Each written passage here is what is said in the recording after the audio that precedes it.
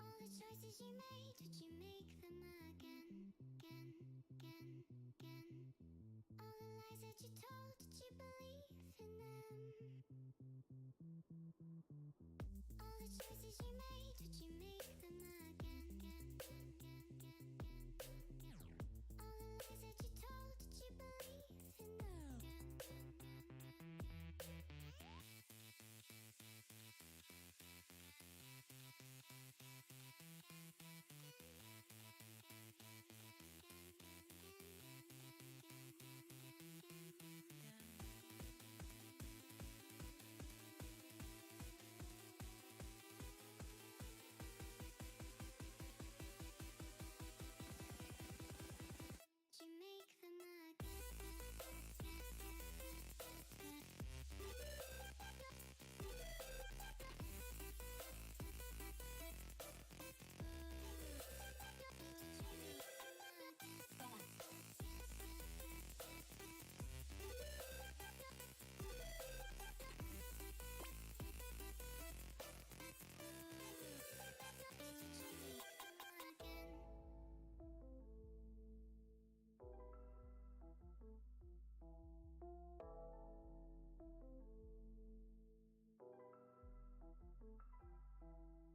All right, ladies and gentlemen, good afternoon. It is episode 10 of the podcast, and we are here to talk first about what was a very interesting season opener. I'm getting used to my camera being up here now. I think I want to put it back over here like it used to be at the old setup. We had it set up there last time because Joe was joining us today. It's just me. But we were talking through what had just happened with the season opener. Then we're going to talk about detailed predictions. I have all my records for each NFL team planned out. I think I know, I would say plus or minus 2 games on pretty much everybody. How the season is going to go. I'm very interested to see if that's going to be correct. And then we're going to talk Padres at the end. So opening up, the Chiefs lose to the Lions to open up the season. Now, I am an avid fan. Oh, the music is still on. I am an avid fan of Nick Wright and First Things First. That is my absolute favorite sports show. And so, if you know anything about that show, Nick Wright is a massive, massive Chiefs fan. And he has been projecting a lot of crazy things for the Chiefs, 20-0.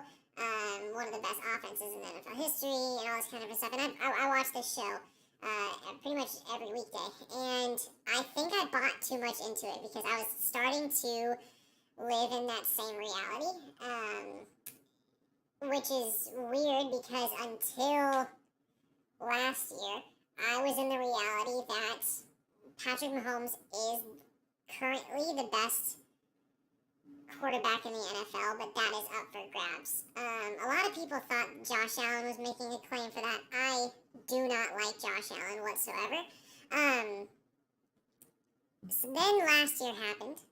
The Chiefs win the Super Bowl, and I'm kind of looking at it like, wait, maybe not. Maybe he really is just far and away the best quarterback.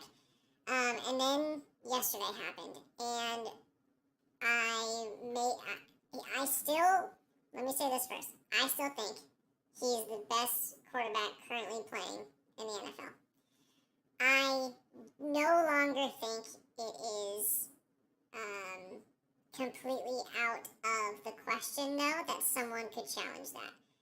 And I think the gap that I thought there was is actually a lot smaller. I think the gap is actually a lot smaller than I thought it was. So, here's what I mean. I believe now that you could put 3, probably only 2 current NFL quarterbacks on the Chiefs at the same time that Patrick Mahomes joined the league, and you would have the same amount of Super Bowls. The reason why is because of Tyreek Hill and Travis Kelce and Andy Reid. I think those two quarterbacks are Joe Burrow and Justin Herbert. I understand everybody kind of is looking down at Justin Herbert this year because of the meltdown that happened with the Chargers at the end of last year, and rightfully so. That was a historic NFL meltdown. But I don't really believe that was necessarily his fault totally. I actually don't think you can put the majority of the blame on him. I don't think you can put a big chunk of the blame on him. He essentially only had one bad play that whole game, and it was a throw that came in a little bit too high to Keenan Allen in the end zone. That was the only bad play I think he made that whole game. And so I understand people are a little bit down on Justin Herbert this year, but I still think he is the third best quarterback in the NFL. He has the most yards of anybody, the most touchdowns of anybody through this point of his career. He had a rookie year where he broke quite literally every rookie passing record there was to break. And he did it behind the worst offensive line in the league at the time. Joe Burrow, obviously with the ACL injury and that whole thing, had a kind of a weird start to his career. And he's taken a team past the Chiefs to the Super Bowl. And Aaron Donald showed up and kept him from winning, and that makes sense. But those two guys, I think you could put on just switch them out with Patrick Mahomes, and I think they have the same amount of Super Bowls. I could maybe argue they have one more because of that unbelievable collapse that Patrick Mahomes had in the second half of the playoffs versus the Bengals. It was a horrible, horrible collapse that was on him. Where the Chargers collapse last year was the Chargers collapse. It was just everywhere. The offensive line couldn't all of a sudden block for the run game. The coaches were making horrible decisions. The defense couldn't figure it out. The special teams that was the Chargers meltdown. That loss against the Bengals that the Chiefs had was solely on Mahomes. He fell apart. And so you could argue, does Herbert fall apart like that in that situation? Does Burrow fall apart in that situation? I don't know, maybe. But I know they would have at least the same amount of Super Bowls because of the weapons and the coaches that he's had around him since Mahomes came into the league. He was given a golden spatula. And here's what I do know. Joe Burrow and Justin Herbert were good enough in their rookie years to start. And not only start in their rookie year, but, Joe Burrow got injured, but with Herbert having an immaculate rookie year behind the worst offensive line in the league, dealing with injuries all over the offense and in his weapons, and he had an unbelievable rookie year. Patrick Mahomes was not the starter his rookie year. So I think you would have the same amount of Super Bowls. Now, does that hinder the greatness of Mahomes? No. I think they've been able to do some crazy stuff and take some crazy chances because of who Mahomes is and how he can make some plays happen. I just think those teams were good enough to put in Herbert and Mahomes. Now you might be asking, what about Josh Allen? Nope, Josh Allen would throw a ton of interceptions and they wouldn't make it. Lamar Jackson can't throw the ball outside of the hashes and deeper than 20 yards down the field. Let's see, who else is it? Aaron Rodgers could probably, yeah, I'll add Aaron Rodgers in on that list, especially in those years, right? Because he's not falling apart like he was last year and like he will this year. So let's throw Aaron Rodgers in on that list. So that's the third quarterback. Russell Wilson, no. Not a chance. Going through the teams and their quarterbacks. Technically, Tom Brady was still in the league for both of those, so Tom Brady is the fourth. And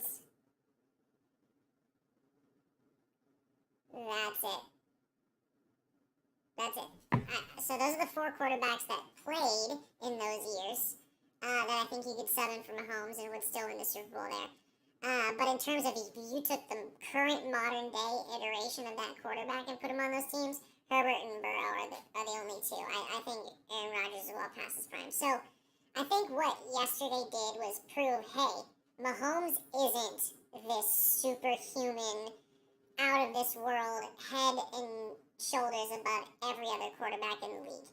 And it was nice to see Mahomes have to deal with what all these other quarterbacks have dealt with, which is sometimes your guys are out and you're playing with no ones. Like the amount of times that I've had to watch Chargers games where it's like, who is this receiver? And that goes for both Rivers and Herbert. Dealing with Josh Palmer and all. And you can go back to Rivers where Keenan Allen was hurt, Malcolm Floyd was hurt, Vincent Jackson was hurt, and you were playing with no one. There was a season where Philip Rivers threw a touchdown pass like 18 different guys because there was that many injuries. And so it was a little bit nice to see Mahomes go, oh, wait, I don't have the best receiver in the NFL. At the time was Tyreek Hill, and now he's still argued as one of the best. And I don't have maybe the best pass-catching weapon in the NFL in Travis Kelce. What do we do? Where do we go? And he had his career low in completion percentage. His passer rating was okay. That pick six isn't on him. I'm not going to attribute that interception to him, even though it falls under his name at the end of the day. But it was nice to see Mahomes have to deal with the fact of, oh, wait, you don't have the top of the line guys playing with you. So what are you going to do about it? And the question was, the answer was score 20 points. And so it was eye-opening to me because I think I had fallen into that mindset of there's no one that can come close to Mahomes. And even as big as a Herbert fan as I am, as big as a Chargers fan as I am, it was nice to see that. And it was nice to see reality again of, wait, no, he's kind of had the best weapons you could ask for. So, where does that leave us? Well, I don't think the Chiefs are in too much trouble. Travis Kelce's going to be back. I think now, after that game, they're going to definitely sign Jones as fast as they can to come back for the defensive line. And I think he could win Defensive Player of the Year for them. Kadarius Toney single-handedly lost them that game, I think, between the drop that turned into the pick six and then that horrible drop on the final Chiefs drive. That was just embarrassing for him. That game as a whole was an embarrassing game for him. So I don't think you're going to have that bad of a game from him again. And if that's what it took to beat the Chiefs, I think the Chiefs are still in a great spot. So what that does for the league as a whole is very interesting. So before last night, I had all the records charted out. And I had the Chiefs winning last night. They didn't. That leaves the AFC West in a very interesting position. And I'll bring it up here. So like I said, I charted out every single one of my picks for this year in terms of who I think is winning and when, against who. And I'm trying to pull that up here. So it's going to be a little funky because I've been wanting to... Nope, that's not it. This should be it. Yep. And then we bring this over here.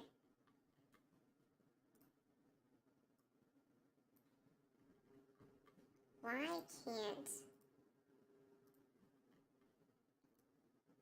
my computer figure this out? There it is. Oh, you can't see it. It won't stay. Once I zoom in past a certain point, it doesn't track.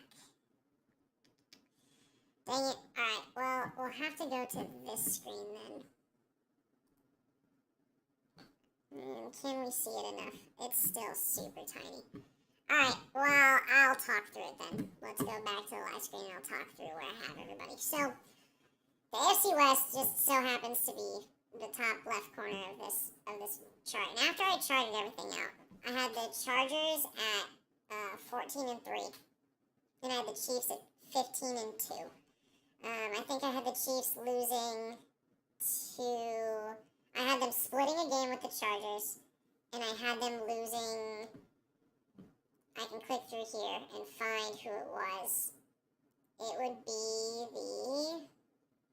And I wonder if I still agree with this. I probably will, especially after last night.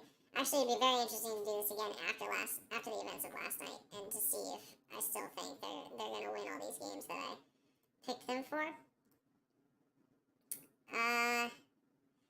Oh, that's not. Oh, that's right. Okay, so I had them losing to the Dolphins, but that's the game that's in Germany.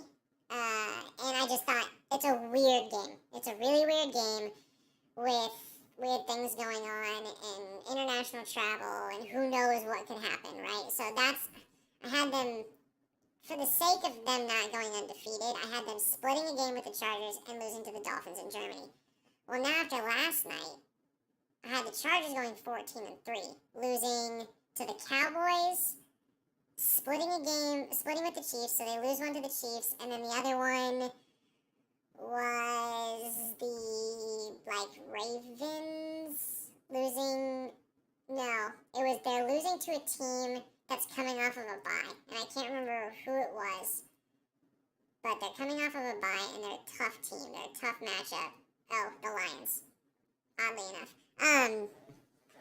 But now, the standings have both teams at 14-3, and the Chargers winning through a tiebreaker that I'm not sure, because it's still a 5-1 division record, and they split, so I don't know what this website is using for a tiebreaker, but it has the Chargers taking the top spot, and then the Broncos and Raiders missing the playoffs, like I described in the last one, so that's going to be very interesting. I like that prediction still. I don't think there's a lot of losses on the Chiefs' schedule, and I don't think there's a lot of losses on the Chargers' schedule. And I think they end up tying at the end of the year. That last game of the year, Chargers-Chiefs, determines who wins the division. And I'm very, very excited for that game and the whole season between these two teams. Broncos and Raiders aren't going to make it. The Broncos, Sean Payton's cool. Russell Wilson's bad. The rest of that team is bad. They don't have a shot to make the playoffs. I think they're going to be 7-10. The way that I tried out the season, they're going to be 7-10, 1-5 in the division. They're going to split a game with the Raiders, and that's the only game that they're going to win. They're going to get mowed over by the Broncos, mowed over by the Chiefs. The Raiders are going to be 3-14 in this season prediction that I picked. They're going to be horrible. I just don't know where their wins are as I was going through this, and they just don't have anything going for them. The Jaguars, also 14-3, but it has them as the 2 seed, which, actually, now that I think about it, did I have the Chargers beating the Jaguars? Probably. I just think it's a revenge game for the Chargers, and they come out and blast them and get revenge on the playoffs from last year and do what they did in the first half of that game all the way through. And so I think that's what ends up being the tiebreaker for them. So the Chargers actually end up getting the 1 seed here. I don't know if I fully think that's true, but the Chargers and Chiefs and Jaguars I have all winning 14 games. And then the Chargers end up winning all those tiebreakers for the first seed. Titans, I could see a world where Derrick Henry is Derrick Henry again, and then D-Hop provides a passing weapon where they sneak into the playoffs above the Steelers, which I'll get to in a second. But right now, the way that I see the season going and the way that I chart out these wins and losses, I have them at 7-10, missing the playoffs. Colts, 5-12. Texans, fighting for Caleb. Actually, no, they don't have to pick. They're 1-16. I don't know what they have that you can look at and go, there's a positive. Their whole franchise is in trouble. AFC East, I have the Jets coming in last place behind the Patriots, even though they have the same record, 7-10. but the Patriots have a better divisional record, so technically they're above them. The Patriots and the Jets won't make the playoffs. The Jets are going to fail in glorious fashion. They will not make the playoffs. I'm very interested to see if they're even going to be able to go above 500. I think the start of their season is so hard. Let's just go through. I'll go back to week 1, and we'll just look at the Jets' start of their season. They're going to lose to the Bills on Sunday. Then they turn around and have, where's the Jets game? The Cowboys, which they're going to lose to.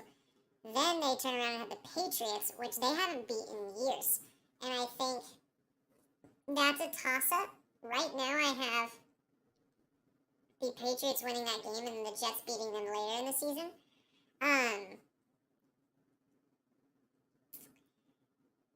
But that's a toss-up. So maybe they're 1-2. I see them as 0-3 at that point. Then they have the Chiefs. They're losing. So now they're either 0-4 or 1-3. Then they have the Broncos, which there's all that talk going on. But I think the Broncos end up taking it. And I think Sean Payton proves that he was right in that debate. And now they're either 0-5 or 1-4. Then they have the Eagles, which they're losing to. And then I think that's when they have their bye. And I think they could go into their bye winless or with 1 win. I don't see, other than the Patriots, how they win any of those games. Then they can turn around after their bye and beat the Giants. But then it's too little too late. Then they have the Chargers. And I think their confidence is going to be shot. And New York media is a problem.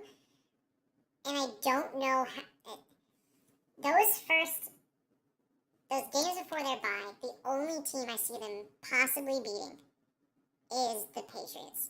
And if they do, then they're only going to have 1 win before their bye. Actually, they could technically beat the Broncos. The Broncos are pretty bad. So maybe they have 2 wins before their bye. And they're sitting at, 2-3? And then they beat the Giants, which will get them to 500, then they lose to the Chargers and move on. Either way, if I change those 2 games, right, where the Jets beat the Broncos and the Jets beat the Patriots, they still aren't making the playoffs and they're 9-8, which is probably the more realistic standard. But I just think the Patriots find a way to beat them, and then we'll see with the Broncos. And I have the Dolphins winning that division and the Bills sneaking in through the wild card. If Tua stays healthy,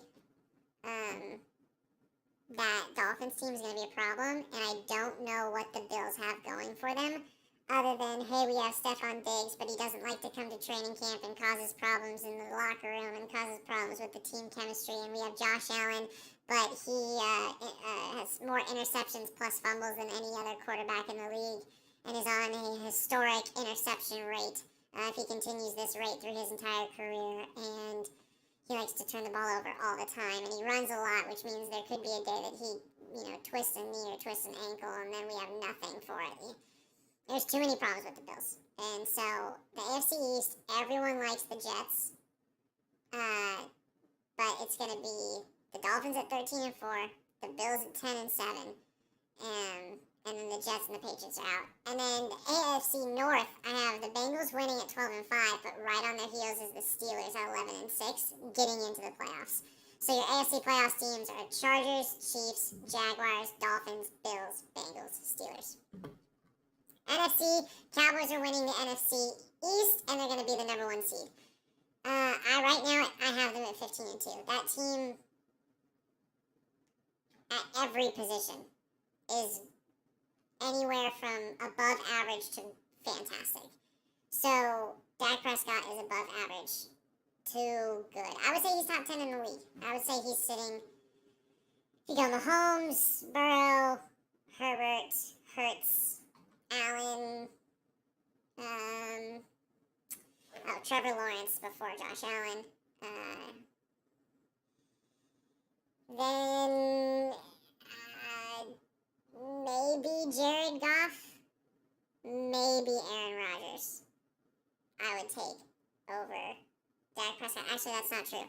So I would say Dak Prescott is 7th. So they're winning the NFC East, and they're going to be number 1 in the NFC. Eagles are going to be in the playoffs. They're going to slide back a little bit to 13-4. Actually, they were a 13-win team last year. They're just not going to win the division because the Cowboys are going to be so good. Packers.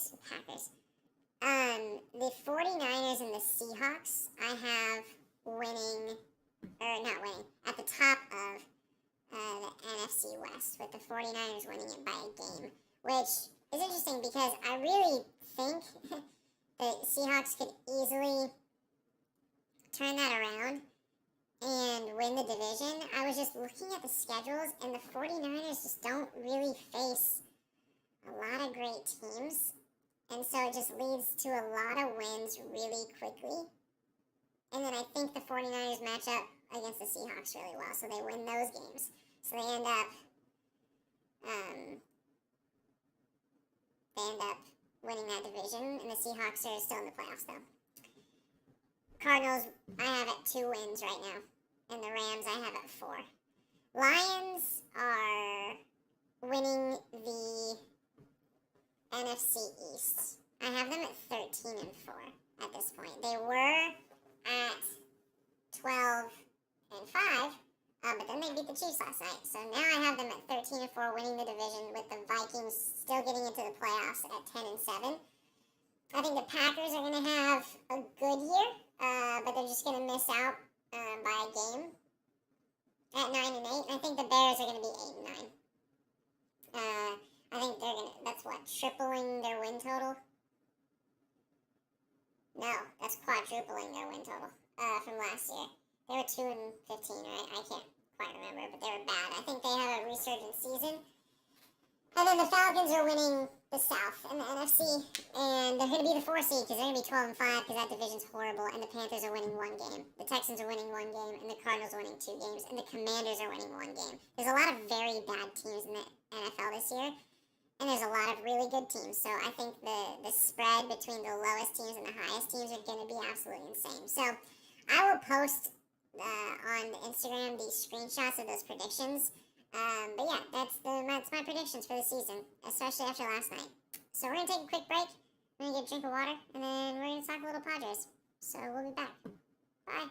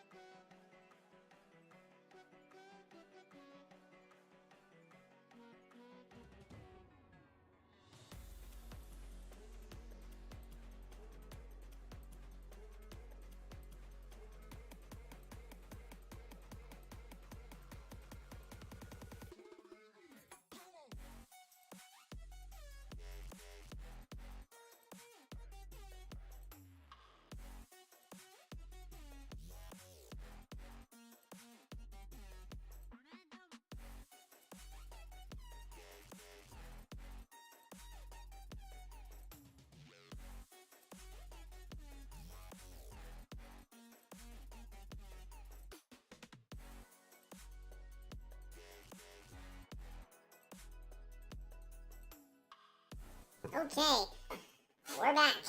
And make sure to turn down the music this time to start.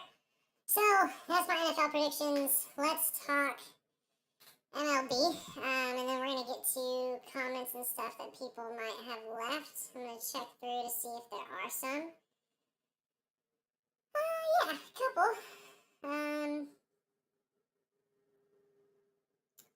Couple predictions for the year that we'll go through at the end. Let's talk through Padres. So, I gave a little bit of a rundown with Joe, but I'm gonna kind of elaborate a little bit more. So, I think the Padres are close, even though the standings would not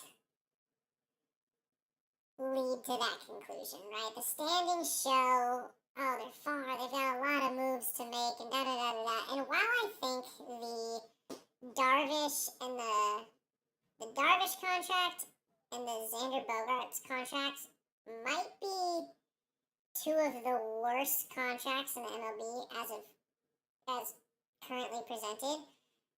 It's not like those guys have ever done anything to deserve those contracts for us. It's not like we won a World Series and so they're retroactive contracts. They're just horrible contracts. I think they're two of the worst contracts in the MLB right now. And while that is true, I still think we're close, and if ownership is still willing to shell out money, I think there is a simple fix for next year. I think we try and keep the team together as much as possible, because I think what we did over the last 2 years, which has really messed it up, is messed up the team chemistry. We took the team chemistry that was there, that was so fun to watch, that was so fun to witness, and we blew it up. I think major pieces like Will Myers, even though should he be starting on an MLB team? No. But he would be a great bench piece for us this year. A great bench piece that could play outfield spots when guys need rest, could play first base when guys need rest, and then could come in and hit at an okay rate when guys need rest. Now, is he what he used to be? Not even close. I'm not arguing that he should be starting for this team, but he could at least have just been a bench guy. And now, especially because no one has him on their roster, we picked up Profar again, but that's what I'm talking about. If we would have hung on to Profar, if we would have hung on to Myers and just used them as bench pieces, and then not spent a dumb amount of money for an above average sort of shortstop, Xander Bogaerts is never going to be good enough to warrant the money that the Padres gave him in the offseason. He will never be that kind of player with that kind of production. I don't understand the contract we gave him, but with those contracts in place, I still think you can do a couple of things. The joke that I've made is trade Trent Grisham for, I don't care if it's a 42-year-old single-A pitcher. Get him off the team. Now, I think he has a little bit of worth where hopefully you can pick up a bullpen arm or two. But I'm not asking for much. If I'm Preller, I shop Grisham and I just say, does anybody want this guy for a reliever arm? And go snag an average to above average reliever for Trent Grisham. That's move number one. Move number two is burn down the entire bullpen and do not re-sign Josh Hader. Guys that are still on contracts, especially, never mind. The third of some of the worst contracts in the MLB is Suarez. That guy. I can't believe we have to watch him play baseball for the Padres in the future. Take Suarez and whatever other relievers are on contract and package them together to go get one other good reliever. So now you got two. And then sign some relievers.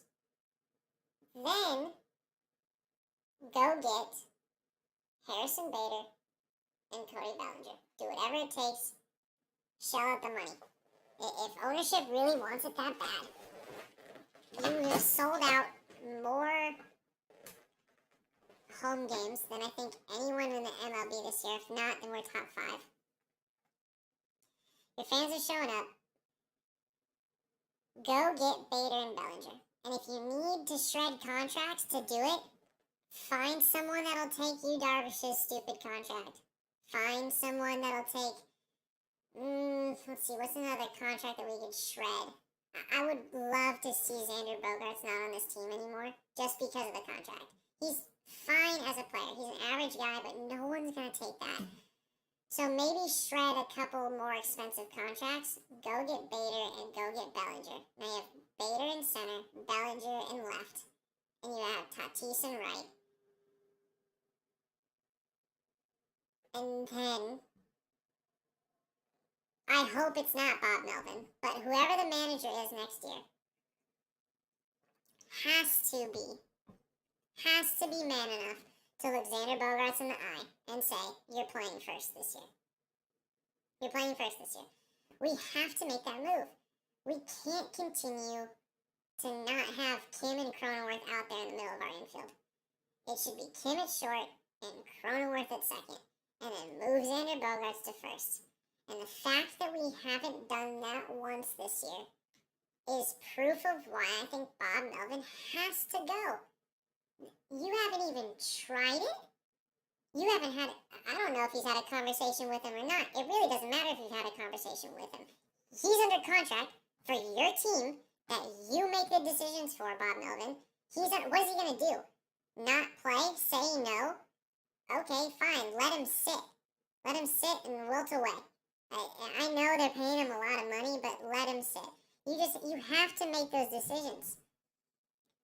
Along with the fact of why Xander Bogaerts batting in the middle of our lineup. That's its own horrendously horrible manager choice, is to keep putting him at 3 or 4 or 5, even though he's horrible with runners in scoring position. But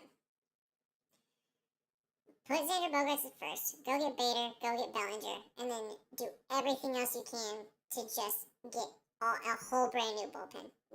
None of these guys that we have are worth keeping in terms of major leaguers. So use Trent Grisham and the bullpen guys we do have under contract to trade away for 1 or 2 average to above average bullpen arms. Sign the rest. Bellinger, Bader, move Xander Bogaerts to first. Also bring Gary Sanchez back. Platoon the catcher with Campusano and Gary Sanchez until Ethan Salas is ready. That's going to be a fun day, is when that guy gets up to the MLB. If not, right, if you don't want to pay for both Bader and Bellinger, then you decide to bring Jackson Merrill up. And now we have 4 shortstops playing on our field. And you throw him in left or right. I don't know. But I hate the fact that we just keep drafting shortstops. Let's draft CJ Abrams. Why? We have Tatis. So why did you draft CJ Abrams? No, well, it got us Soto at the end of the day. Fine. Now draft, Jackson Merrill. Why? I don't understand. Stop drafting middle infielders. We're not going to need them for a while. I would personally try and trade Merrill for a top-of-the-line reliever that we can then turn into our closer. But a lot of people are in love with him, and I get it. I just don't know how he fits with the current team, which is why I didn't like when we signed Xander Bogaerts. I was like, I don't know how this fits with the current team. I don't know what this is going to do for the chemistry, and it screwed everything up. And I think Jackson Merrill has a chance to do that all over again. And now we have another shortstop playing somewhere else that they don't want to play. So, I think they're closer than we would like to think. But they could also turn out to be way further away than we think. Just because of the choices to shell out horrible contracts and keep drafting middle infielders. I don't know what we do now.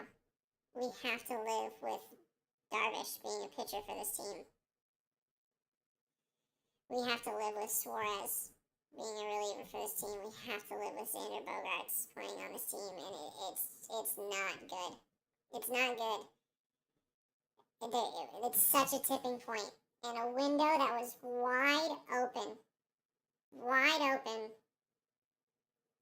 got taken away because one, Bob Melvin couldn't manage to save his life in a series against the Phillies, couldn't make a single good choice in that series, and then they turned around. Well, I guess they gave Darvish a contract before the season ended, but they gave Darvish a contract, then they turned around and signed Bogarts, and then they gave Suarez a contract, and now our window was so wide open because we were a team at the very least that made it to the NLCS that was adding Tatis. And it's not closed, but man, we shrunk our window big time. And now we're at a tipping point that, if mishandled, which I fear it might be, if mishandled, then we aren't going to see another Padres window for another 10 years. I truly believe that.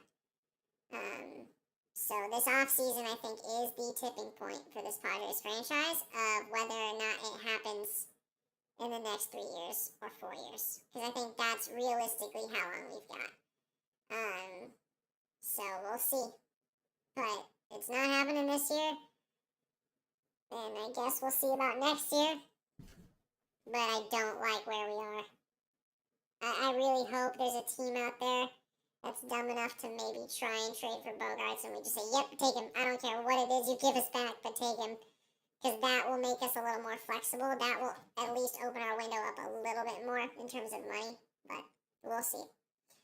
So the Padres are in trouble. The Padres are in trouble.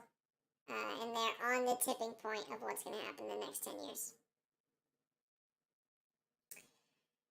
All right.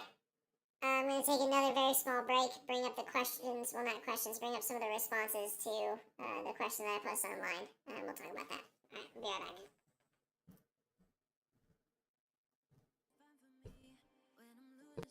On my knees, falling deep, everything is hard on me, and I feel it in my bones.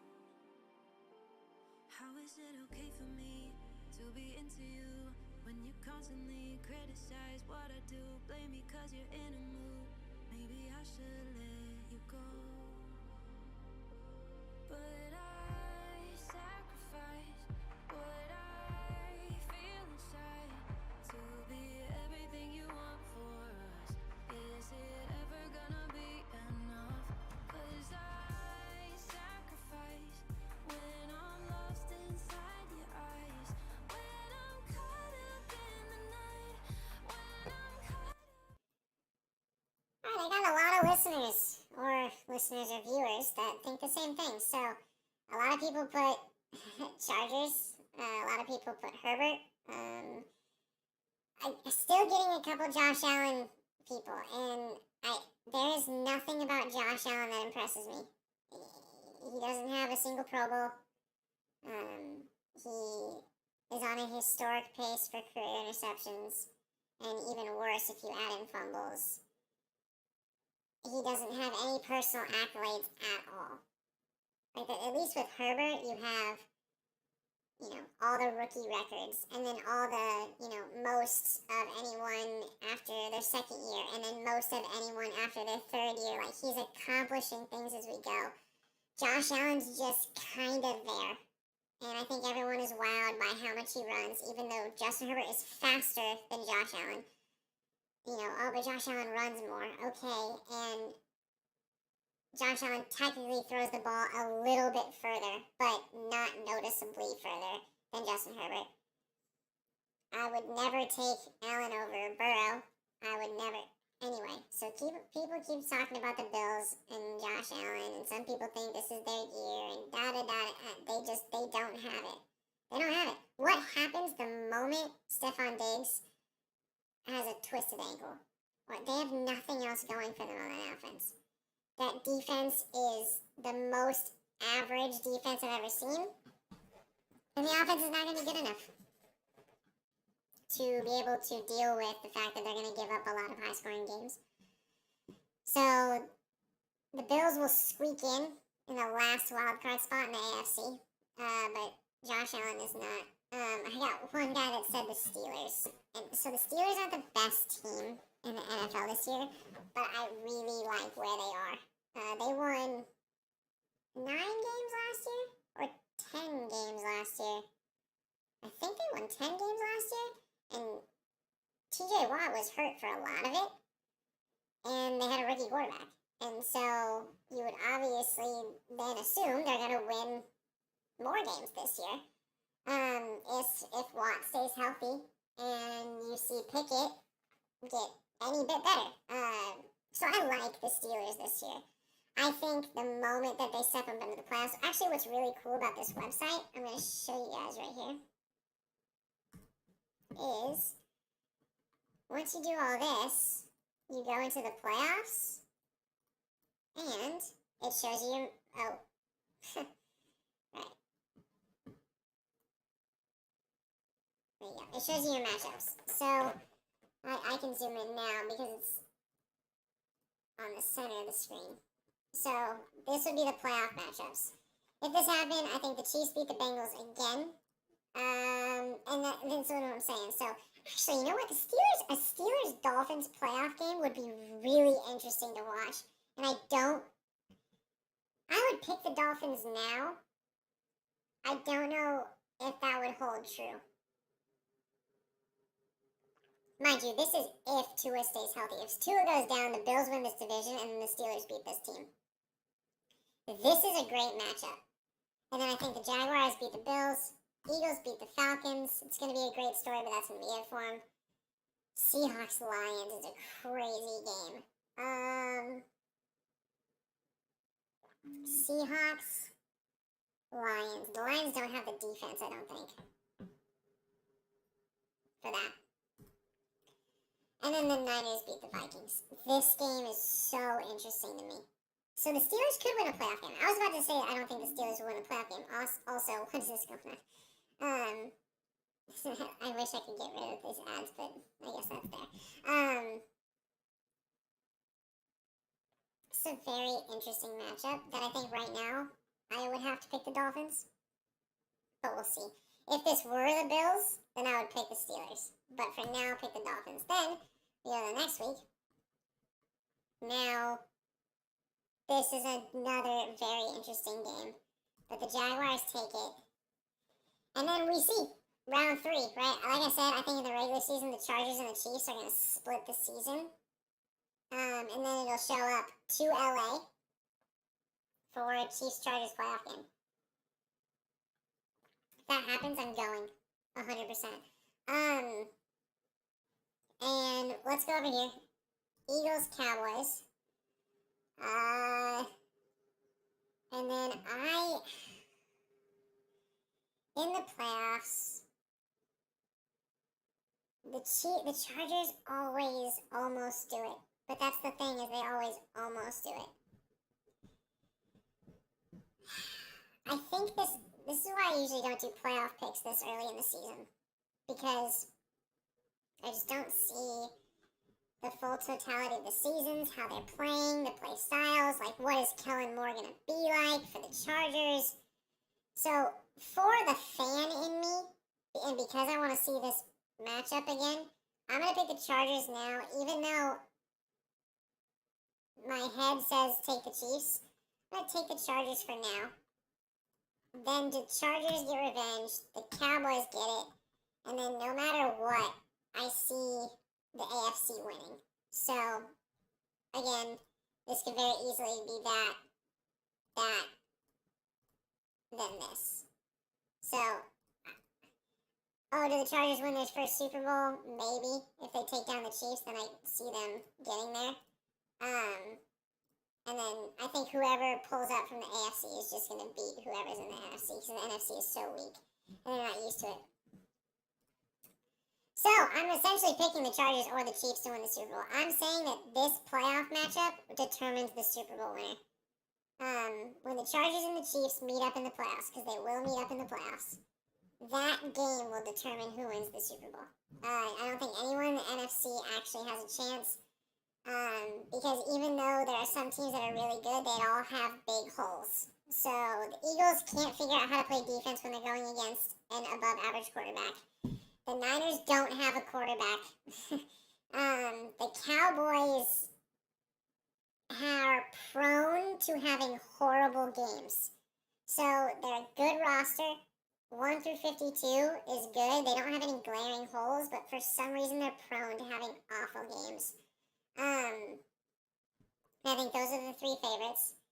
And then with the Chargers, their hole this year is their defensive line in terms of stopping the run. And that's not going to be a problem if we go against the Cowboys. Because I don't think Tony Pollard is all that great of a runner. The Chiefs' hole is going to be injuries. Their defense played pretty well last night. So I don't think their defense is that big of a hole. I think their hole is if anybody gets injured. But that's it. And so I think the AFC is winning the Super Bowl this year, and I think it'll be either Chargers Chiefs. Now, knowing the Chargers, they'll probably blow it, at some point in the season, or get injured. So who knows? Well, why did I get on that tangent? Oh, because of the Steelers comment. Yeah, I think they're gonna be a fun team to watch, but they're nowhere near the top of the line in terms of teams right now. Well, it's good to see that no one had any other crazy. I think Burrow has a right to be sad, but when you think about it, it's actually not true for best quarterback. So that's that. Thank you guys for stopping by. For the people that did, I saw you. Thank you for stopping to the podcast. Until next time, I can't wait for this NFL season, man. This is the one.